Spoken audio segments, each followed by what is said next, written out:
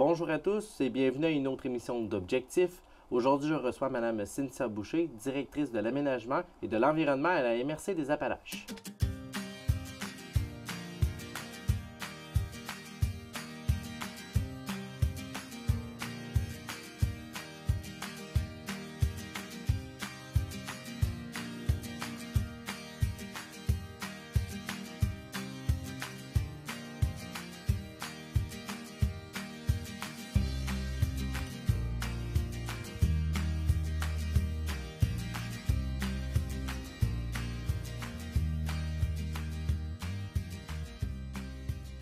Bonjour Cynthia. Bonjour. Ça va bien? Oui. Merci d'être avec nous. Ça fait plaisir. Normalement, c'est pas dans vos habitudes, dans votre nature de travail, de venir nous rencontrer à la TV, mais on est agréablement content de vous recevoir aujourd'hui. Bien, tant mieux. Je suis très heureuse d'être ici, même si c'est une première, ça sera une première. C'est bon, ça. Donc, aménagiste à la MRC des Appalaches depuis combien de temps? Je suis rentrée à la MRC des Appalaches comme aménagiste en 2008. Ça fait donc plus de 11 ans que je suis à la MRC comme aménagiste. Et avant ça, on faisait quoi? Avant ça, j'ai été enseignante en géographie au cégep à Sherbrooke. Et sinon, avant, bon, j'étais à l'université tout simplement. Là. Donc, j'ai fait université, un peu d'enseignement. Puis ensuite, en déménageant ici, là, je me suis trouvé cet emploi-là en aménagement du territoire. J'en suis très heureuse. Puis, les études pour tomber aménagiste, ça ressemble à quoi? Normalement, on fait au moins un baccalauréat, soit en géographie, en urbanisme, en aménagement du territoire. Et de plus en plus, on voit des aménagistes qui ont également une maîtrise en aménagement du territoire ou en urbanisme, là. Mais souvent, davantage en aménagement du territoire. Donc, le but étant d'être spécialiste dans ce domaine-là pour pouvoir appliquer là, les différentes réglementations. Exactement. Exactement. Donc, aujourd'hui, on va mettre en lumière l'ensemble du travail d'aménagiste. Je commençais avec une portée provinciale. Oui. Donc, tu es présidente de... Je vais le lire parce que le nom est quand même assez ardu. Donc, présidente de l'Association des aménagistes régionaux du Québec. Oui, c'est ça. Depuis combien de temps? Depuis avril dernier. Donc, tout nouveau, tout beau. L'Association des aménagistes, en fait, représente les intérêts des aménagistes régionaux. Donc, tous ceux et celles qui travaillent particulièrement dans les MRC du Québec, qui font le même travail que moi, je fais ici à la MRC des Appalaches. Dans le fond, on travaille beaucoup à faire connaître notre travail, mais surtout à faire reconnaître l'expertise qu'on a développée au fil des années. Donc, au départ, on a été engagé avec la nouvelle loi sur l'aménagement et l'urbanisme à la fin des années 70, 79, 80, où là, c'était surtout notre travail d'élaborer un schéma d'aménagement et de développement. Mais au fil des années, notre travail s'est relativement élargi. Et là, maintenant, aujourd'hui, on devient davantage des gestionnaires, des spécialistes, des coordonnateurs. Des coordonnateurs, on devient des coordonnateurs, on devient également des conseillers, des analystes sur différents projets. Donc, c'est plus seulement sur le schéma d'aménagement et de développement, mais on travaille aussi sur beaucoup d'autres projets, dont, par exemple, si moi j'ai travaillé sur le projet pour Internet haute vitesse, donc pour donner accès à Internet haute vitesse, un vrai Internet haute vitesse à tous les citoyens de la MRC. On travaille également les carrières sablières, l'entretien des cours d'eau dans certaines MRC quand il y a des parcs régionaux. C'est souvent les aménagistes qui vont plus les gérer, ces parcs-là. Là. Donc, on travaille beaucoup très global, mais très large aussi. Là. En fait, tout peut avoir un aspect aménagement, d'où le fait que vous êtes impliqué dans, pas l'ensemble, mais ou du moins presque l'ensemble des dossiers qui touchent à la MRC. Là, oui, du moins. Bien, en fait, chaque fait et geste qu'on peut poser ou qu'un gouvernement, une municipalité peut poser va très souvent, pour ne pas dire toujours, avoir des impacts sur l'aménagement du territoire, même si on ne le voit pas nécessairement en partant. Là. On a parlé tantôt d'un schéma d'aménagement. Oui. Bon. C'est quoi ça? Qu'est-ce que c'est? Qu'est-ce que c'est un schéma d'aménagement?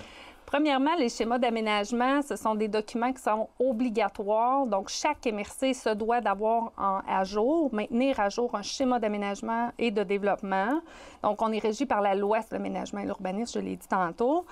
Et dans le fond, un schéma d'aménagement, c'est un document qui va intégrer toutes les aspirations des municipalités, tout en considérant les orientations gouvernementales, donc du gouvernement. Et nous autres, on se doit d'avoir une vision cohérente de tout ça, en considérant le fait qu'on a des zones agricoles, qu'on a des milieux forestiers, qu'on a des zones de villégiature, qu'on a des périmètres urbains, des villes, des villages, qu'on a également des secteurs plus récréo-touristiques. Dans notre cas ici, on a des secteurs miniers, donc il faut tout considérer ça. Et le but d'un schéma d'aménagement, c'est de s'assurer d'un développement cohérent et harmonieux de nos milieux de vie. Donc, on veut créer des milieux de vie où tout le monde va trouver sa place, mais sans être au détriment d'une autre sphère, si on veut, là. Okay. Donc, l'agriculteur a sa place, mais le villégiateur peut aussi avoir sa place, les villages ont leur place, mais tout le monde, on est en interaction constante les uns les autres. En prenant en considération les demandes qui proviennent des municipalités, donc des 19 municipalités de la MRC, et des objectifs / réglementation du gouvernement. Exact. On met tout ça ensemble. Ça brasse tout ça. Puis ça donne un schéma d'aménagement et de développement. Dans notre concret, là, dans notre moi, là, l'impact de votre travail, ça ressemble à quoi? Moi, pour moi, là, qui réside, exemple, à Thetford, mais moi qui réside peut-être à Saint-Jean-de-Brébeuf, le schéma d'aménagement, il se traduit comment dans mon concret, là? Oui. Je prends un exemple.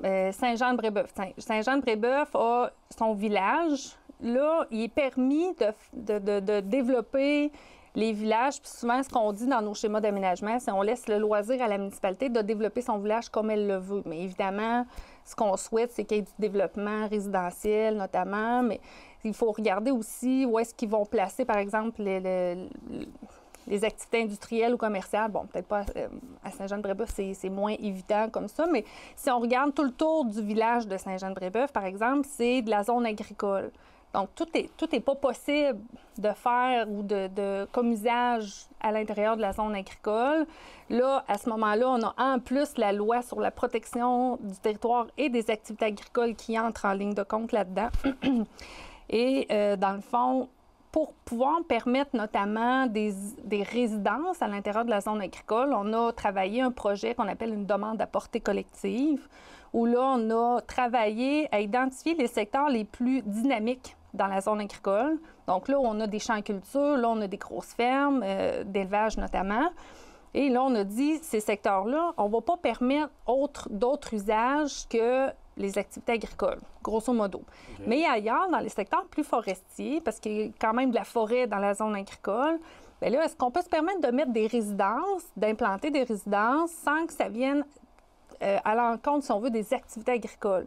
Ce que je disais tantôt, tout le monde a sa place, mais encore faut-il respecter les autres sphères autour. Exact. Donc, on a travaillé avec l'UPA et la Commission de la protection du territoire agricole pour pouvoir arriver à un consensus, finalement, où là, on a dit dans certains secteurs, il sera possible d'implanter des résidences, mais à certaines conditions. Donc, ça, c'est le travail qu'on a fait, nous, comme aménagistes. Donc, ça permet une occupation dynamique du territoire, parce que c'est aussi un des aspects qu'on cherche à atteindre également avec les schémas d'aménagement. Une occupation dynamique, puis en même temps, pour les municipalités, bien, ça devient intéressant. On ne se retrouve pas seulement avec un producteur agricole, par exemple, dans un rang. On peut avoir quelques résidences, puis on peut créer une espèce de sentiment de sécurité. Des fois aussi, nous, si on est tout seul dans le rang, puis qu'il arrive quelque chose, on est loin de tout le monde, là. Donc, on réfléchit également à ça, là. On parlait...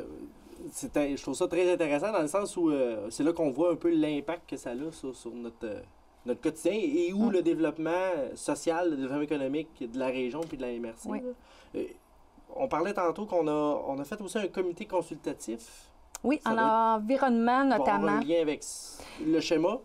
Oui, c'est sûr, parce que dans le fond, ce qui va ressortir de ce comité consultatif en environnement, puis dans le fond, son travail à lui, ça va être de trouver des actions, des solutions à certaines problématiques environnementales.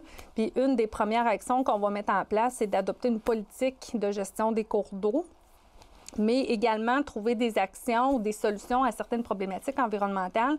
Et fort probablement que ces actions-là ou ces solutions-là vont se retrouver dans le schéma d'aménagement. Puis, qu'est-ce qui arrive? C'est le schéma d'aménagement, une fois qu'il est adopté par les maires et qui est accepté par le gouvernement, bien là, on ramène ça aux municipalités et elles se doivent, dans le fond, on va établir un peu la base de leur aménagement plus municipal, donc plus local. Et si on met des éléments qui ont trait à l'environnement dans le schéma d'aménagement, bien, les municipalités, à quelque part, n'auront pas le choix non plus de travailler plus l'environnement ou d'amener cette optique-là dans les différentes décisions qu'elles vont prendre, là. Je comprends.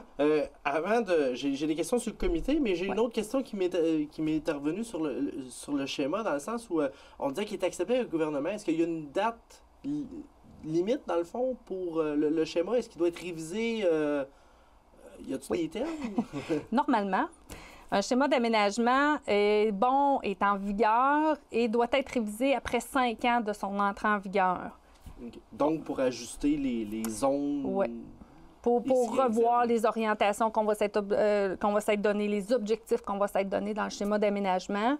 Ça, c'est écrit dans la loi. Maintenant, la réalité est tout autre. Par exemple, dans notre cas, notre schéma d'aménagement qui est en vigueur actuellement est entré en vigueur en 2002. Et là, on est en 2019 et il n'y a toujours pas un autre schéma d'aménagement qui a été adopté. Pourquoi? Parce que au fur et à mesure, on peut le modifier, ce schéma d'aménagement-là. Donc, on le met habituellement assez à jour. Mais il reste que là, on a vraiment un travail de révision du schéma d'aménagement à faire pour notamment intégrer tout le volet environnemental qui est plus ou moins dans notre schéma d'aménagement actuellement, là. Pour revenir aux faits, puis de s'assurer qu'on soit adapté dans le nouveau, qu'on ne fasse pas juste amender. Bien, c'est ça. Puis revoir aussi nos objectifs et nos orientations d'aménagement, là. Ce qu'il y avait en 2002, par exemple, les mines étaient en activité en 2002.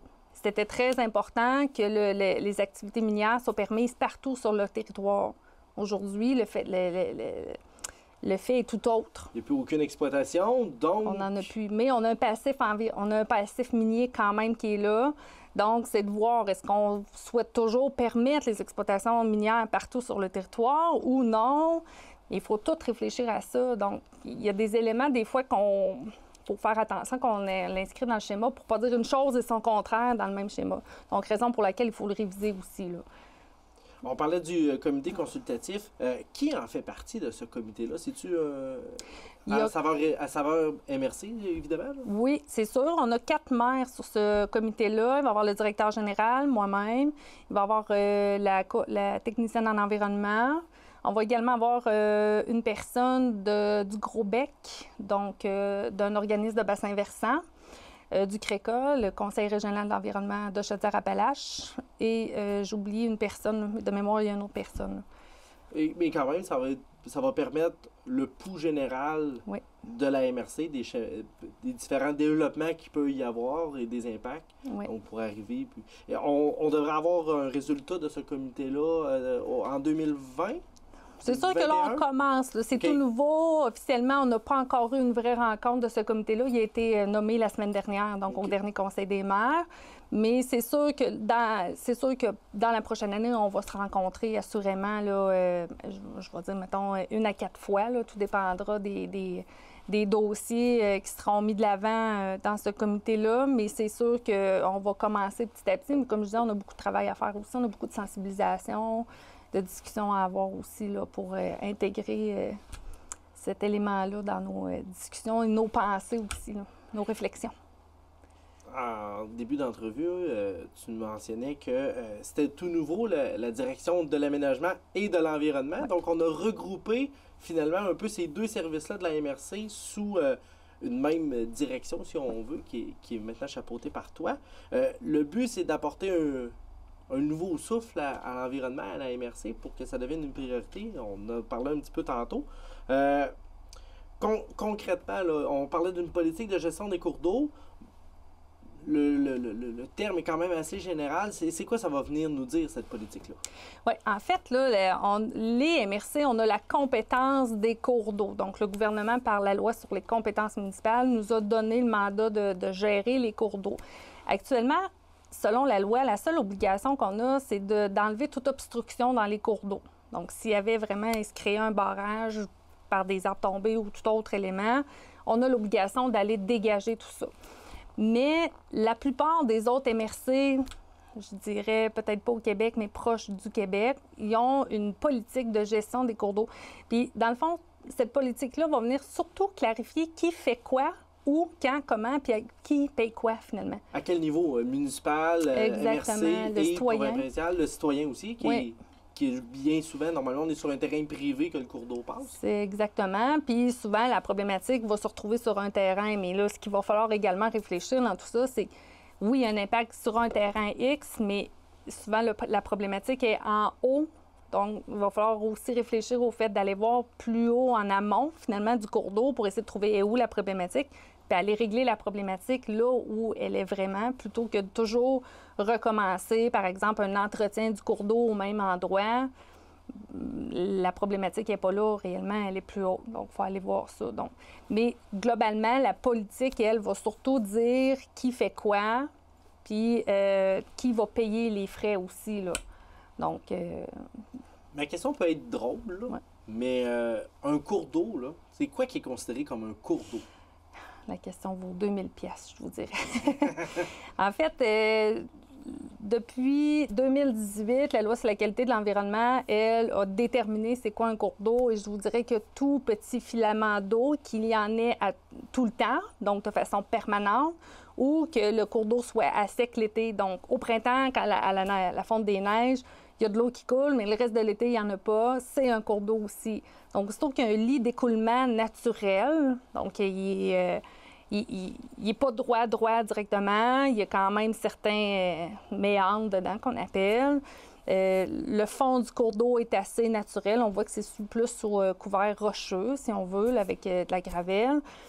Ça va surtout être des cours d'eau. Mais dans les champs à culture, par exemple, souvent, on va voir des fossés. Bien là, on va les appeler davantage des fossés. C'est plus pour le drainage des terres agricoles, dans ce cas-ci.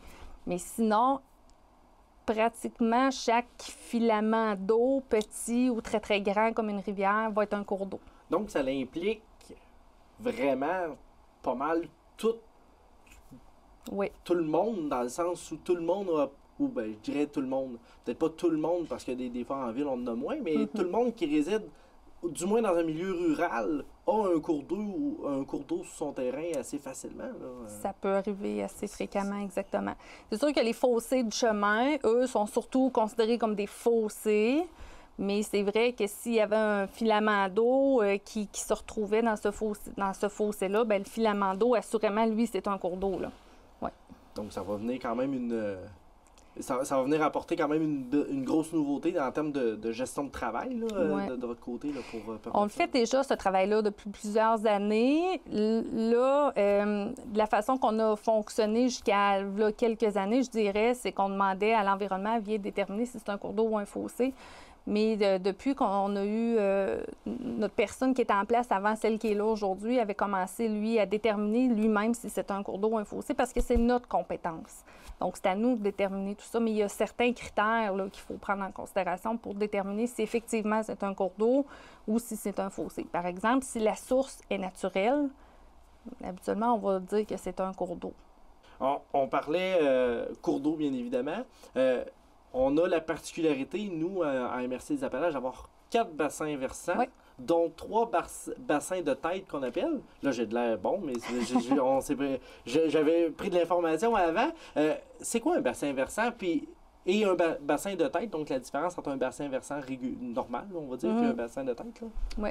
Bien, en fait, un bassin versant, souvent, on va l'imaginer par un bain. Donc, peu importe la goutte d'eau où elle va se retrouver à l'intérieur des limites du bain, donc sur les côtés du bain, va couler dans le fond du bain et va se rendre finalement au tuyau, là où l'eau sort. Donc, c'est un peu le même principe pour un bassin versant. C'est notre goutte d'eau, où est-ce qu'elle va se rendre au final vers le fleuve, par exemple. Là, disons qu'on arrête au fleuve, mais c'est le chemin qu'elle va parcourir. Tout ça, donc tout ce qui va se rendre au même endroit à l'embouchure du fleuve, fait partie d'un même bassin versant. Sur notre territoire à nous, on en a 4 bassins versants. Puis pourquoi je dis qu'on a des bassins versants de tête, c'est que on a le lac Bécancour, qui est la tête du bassin versant de la rivière Bécancour. On a la rivière Saint-François, le bassin versant de la rivière Saint-François. On est pas mal à la tête du bassin versant de cette rivière-là. Et on a la rivière Nicolet, où on a une partie de la tête de ce bassin versant-là également. Et on a la rivière Chaudière, mais elle, sa tête principale, c'est vraiment le lac Mégantic. Mais on a 4 bassins versants, donc on doit tenir compte de plusieurs éléments et d'un très grand territoire quand on parle de bassin versant. Là.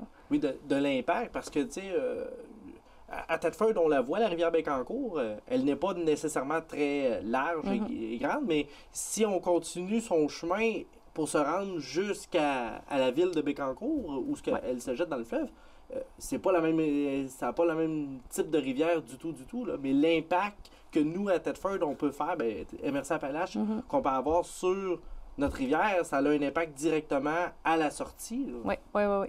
Donc, c'est sûr que si ici, on ne faisait pas attention, puis on polluait outre mesure, puis on n'avait aucune mesure pour protéger davantage l'environnement, bien, c'est sûr que l'eau ici s'est polluée. Ici, on ne subirait pas nécessairement les impacts, mais plus en aval. Donc, plus on descend dans la rivière vers le fleuve, bien là, oui, il y a des impacts qui pourraient se faire ressentir, notamment à cause de la pollution de l'eau. Là. Puis ça amène aussi une sensibilisation auprès des riverains, tant des rivières qu'il y a des gens qui s'établissent proches d'une rivière, mais des lacs aussi, parce qu'on a quand même plusieurs lacs aussi dans la MRC. Oui.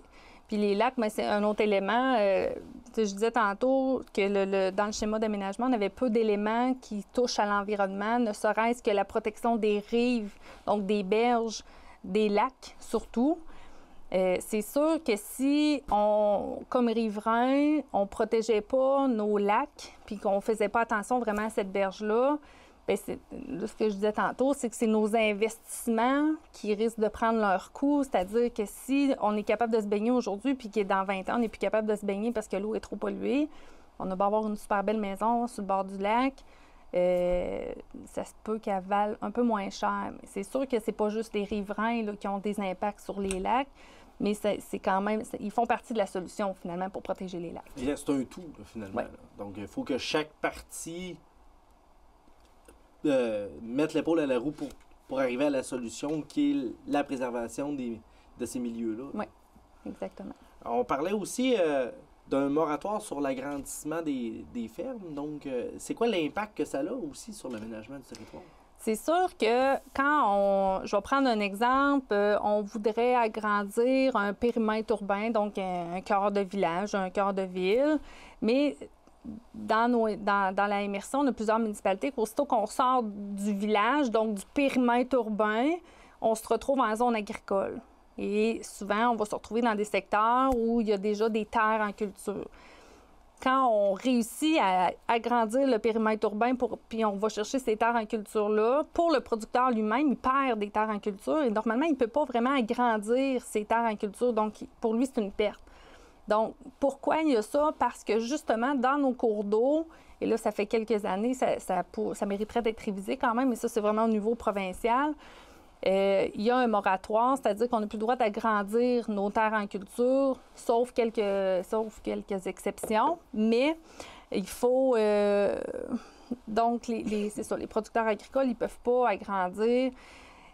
Mais des fois, ce qu'on se fait dire, c'est oui, mais chez nous, on n'a pas cette problématique-là. Pourquoi? Parce que dans le fond, il y a trop de phosphore dans l'eau et rendu finalement au fleuve, il y a des grosses problématiques. Mais il faut travailler tout le monde ensemble dans le même bassin versant pour arriver à finalement régler la problématique rendue à l'embouchure au fleuve. D'où l'espèce d'image de bain qu'on disait tantôt. Donc, chaque élément de phosphore qui partira à la tête, bien, il va faire un gros tamas de phosphore à la fin là, exactement. Pour aller polluer finalement. Donc, le but, c'est d'en éliminer un peu tout le long. Partout. Du bassin versant, parce que généralement, c'est comme ça que ça se déplace. Là. Ça se déplace pas par les airs, malheureusement. Ça se déplace souvent par le sol, par l'eau. Là, donc, exact. c'est pas ça. Il reste quelques minutes à l'entrevue. Le défi pour de la MRC des Appalaches en termes d'aménagement pour les prochaines années, ça serait quoi? C'est sûr que, comme je l'ai dit plus tôt, il va falloir réviser le schéma d'aménagement pour prendre en compte les nouvelles réalités qu'on a sur le terrain et revoir aussi nos objectifs d'aménagement et qu'est-ce qu'on veut dans le futur pour notre développement de la MRC. Ça, c'est un premier point. L'autre point, c'est sûr qu'on va travailler aussi au niveau environnement. Mais pour l'instant, comme ça fait juste une semaine que je suis directrice de l'aménagement et de l'environnement, on va prendre le temps de regarder quels pourraient être les projets là, à ce niveau-là. Là. Mais merci beaucoup, Cynthia, pour l'entretien. C'était très intéressant de voir cet impact-là que ça a sur nous, puis comment que on voit ça dans notre quotidien sans s'en rendre compte, finalement, de tout ça. Et sûrement qu'on va te réinviter, parce que d'après moi, les projets vont s'en venir bientôt en environnement. Fait que d'après moi, on va être bon pour te réinviter pour ça. C'est bon. Merci également d'avoir été des nôtres pour une autre émission d'Objectif.